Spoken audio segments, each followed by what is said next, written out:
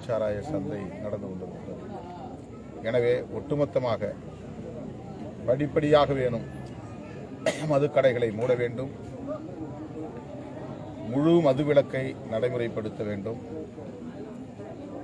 2016 சட்டமன்ற பொதுத் தேர்தலின் போது திராவிட முன்னேற்றக் கழகம் அளித்த தேர்தல் வாக்குறுதியில் இதுவும் முழு மதுவிலக்கு.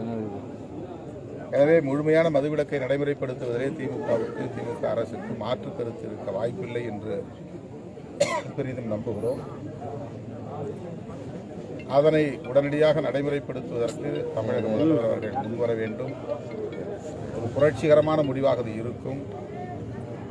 தமிழ்நாட்டில் அவரை மக்கள் தோளில் தூக்கி வைத்து கொண்டாடுவார்கள். அவர்களுக்கு இதைவிட வேறு மறுவாழ்வு இருக்க வாய்ப்பில்லை. எனவே ஒட்டுமொத்த தாய்க்குளமும் போற்றக்கூடிய ஒரு பெரும் தலைவராக உயர்வதற்கு, காலமெல்லாம் அவருடைய பெயரை மக்கள் நன்றி உணர்வோடு உச்சரிப்பதற்கு இது அரும்பெரும் வாய்ப்பு. துணிந்து முதல்வர் முடிவெடுக்க வேண்டும். படிப்படியாக டாஸ்மாக் கடைகளை மூட வேண்டும். முழு மதுவிலக்கை நடைமுறைப்படுத்த வேண்டும்.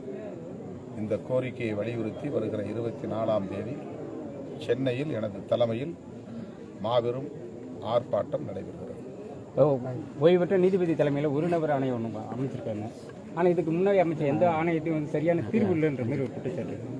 இதில் மட்டும் சாத்தியமா? தனித்தனியாக இதில் மொத்தத்தில் புலன் விசாரணை முழுமையாக நடக்கணும். அது ஒரு நபர் நீதிபதி ஆணையமா அல்லது சிபிசிஐடி விசாரணையா, இது எப்படி நடக்கும், அது எப்படி நடக்கும், அல்லது சிபிஐ விசாரணையா என்பதல்ல பிரச்சனை. மொத்தத்தில் கள்ளச்சாராயத்துக்கு ஒரு மாஃபியா கும்பல் இருக்கிறது, கள்ளச்சந்தை இருக்கிறது, மெத்தனால் புழங்குகிறது. எல்லோருக்கும் தெரிகிறது. ஏற்கனவே மரக்காணம் பகுதியிலே 22 பேர் இறந்திருக்கிறார்கள். சரியாக ஒரு ஆண்டு ஆகிறது.